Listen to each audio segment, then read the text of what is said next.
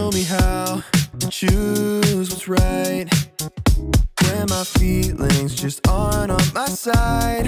I know that you help me every time. You are the goodness that lights up my life. I will remember that your way is better. You are the one that still shows me what's right. I will remember that your way is better. La la la la la la. You show me what's right and which way to go. La la la la la la. You show me what's right and which way to go. Help me to believe you are everything I'll ever need. Thank you for your love that makes me free to follow all the plans you have for me. You are the goodness that lights up my life. I will remember that your way is better. You are the one that still shows me what's right.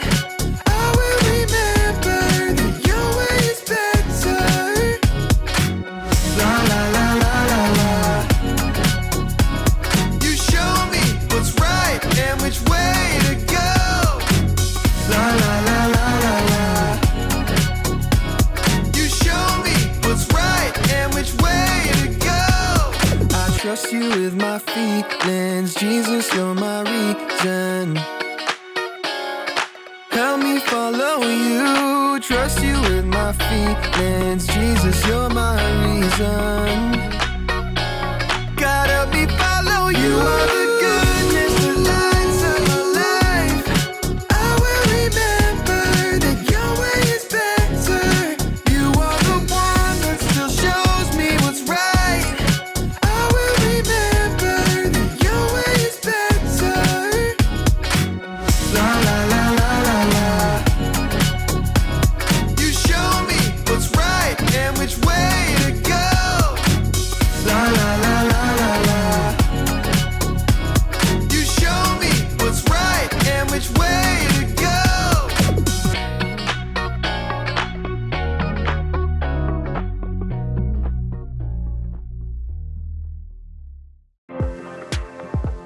Welcome to Story Lab.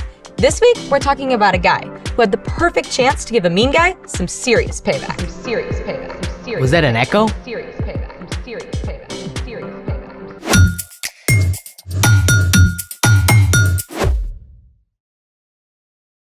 Hey, I'm Skylar. And I'm Sanjay. This month, we're talking about how we can trust God to help us do what's best. Whoa! What you got there? My uncle just visited this incredible cave. It's crazy, just look. Mammoth Cave in Kentucky. It's the longest cave system in the world, with more than 400 miles of passage. That's farther than driving all the way from Mammoth Cave to Atlanta, Georgia. And then I clicked on this link here. This is Sundown Cave in Vietnam. It's the largest cave in the world.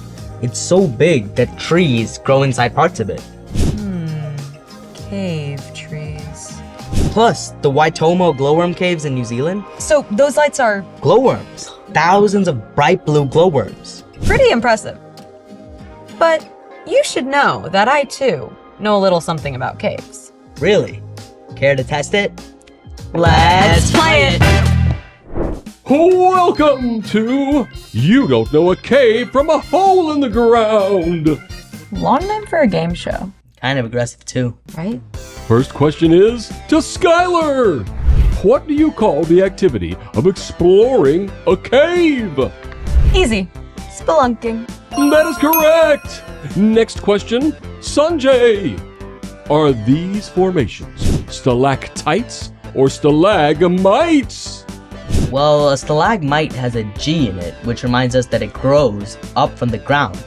But a stalactite has a C in it, as in ceiling. That's where they hang from, so stalactite? That is also correct. Now, it's time for the lighting round. Don't you mean lightning round?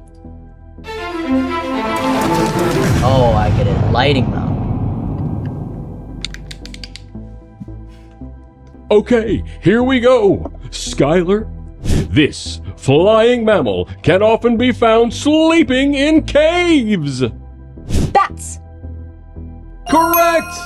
Sanjay, what type of rock is often found in caves and can be shaped by water over time? Granite.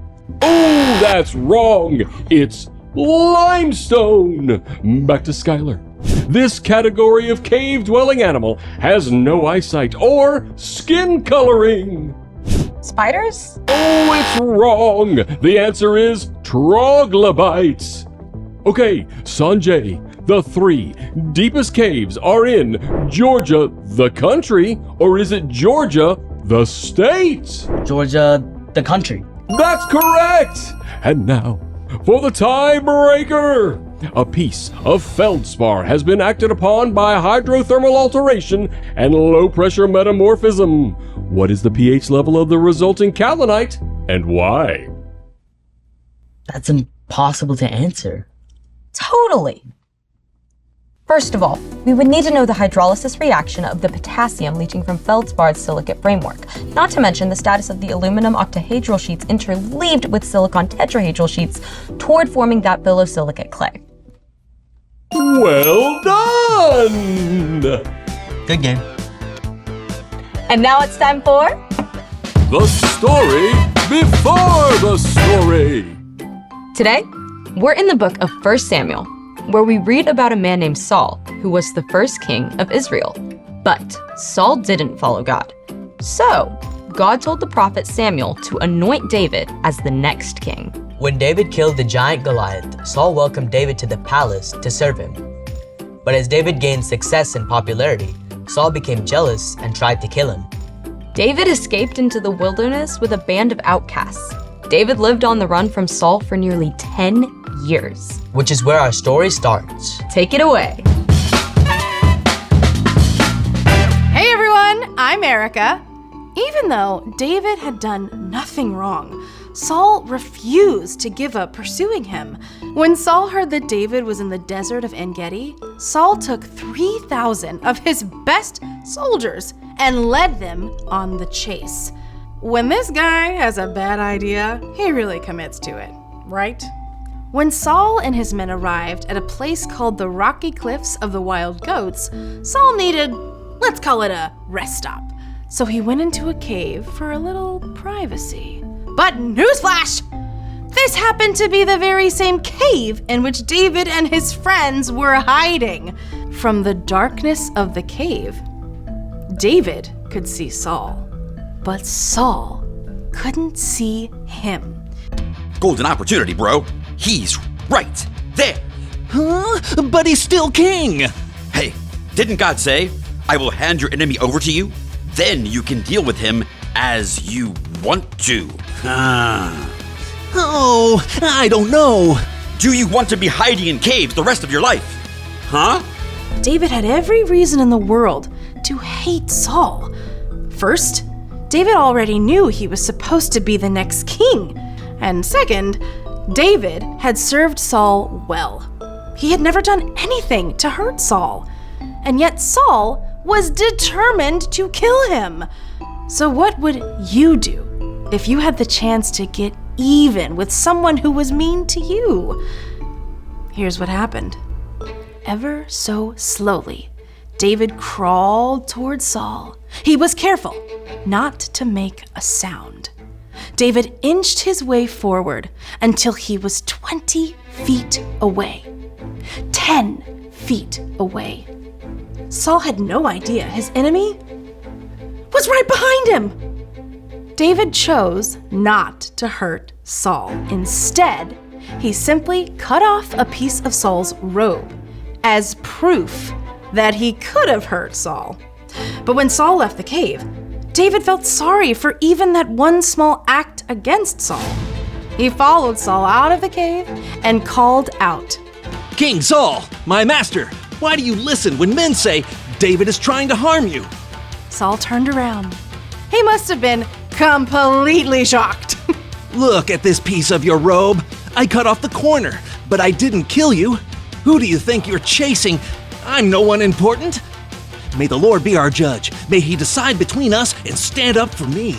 Saul realized everything David had said was true. You are a better person than I am. You have treated me well even though I've treated you badly. I know for sure that you will be king, so please promise not to hurt my family. David agreed. Saul returned home, while David and his men went to a safe hiding place. Even though Saul was still his enemy, David had peace, knowing he had chosen to stop and trust God, instead of taking payback into his own hands. The end. Wow. Yeah, that could have gone a lot differently. It would have, if David hadn't stopped to think first when Saul showed up. So, what's our part in the story? Well, you're probably not going to run into your worst enemy in a cave anytime soon, but just like David, you can show self-control when you stop to think first and ask God to help you do what's best. Self-control is about choosing to do what's best, even when you don't want to. Like, if someone's being mean to you at school, instead of being mean back, stop, take a deep breath, and you can silently ask God to help you in that moment. Maybe you tell them to stop, and then maybe you walk away. And if it's something that has happened before, you can find a trusted grown-up and talk to them about it. Good point. We run into these situations every day where it's important to stop and think first before acting. Like when I think about something funny to say when my teacher's talking. You? No. Definitely stop and think about those consequences. It could be your little brother spills milk all over your homework. Or someone cuts in line. Or you go to grab something at the back of the pantry and you end up dropping 20 things in the process and you just want to lose it and you want to start throwing things and yeah! Domino effect. Yes, exactly.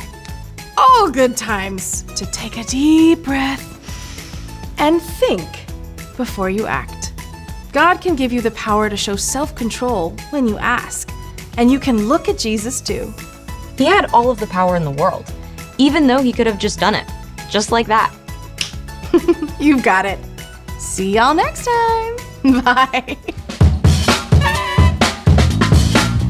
So here's the thing. Think before you act.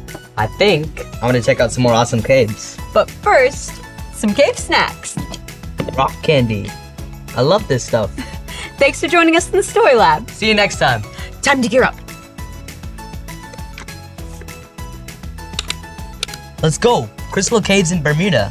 Oh, wait, I really like that. That's kind of cool. Do you think there will be bats?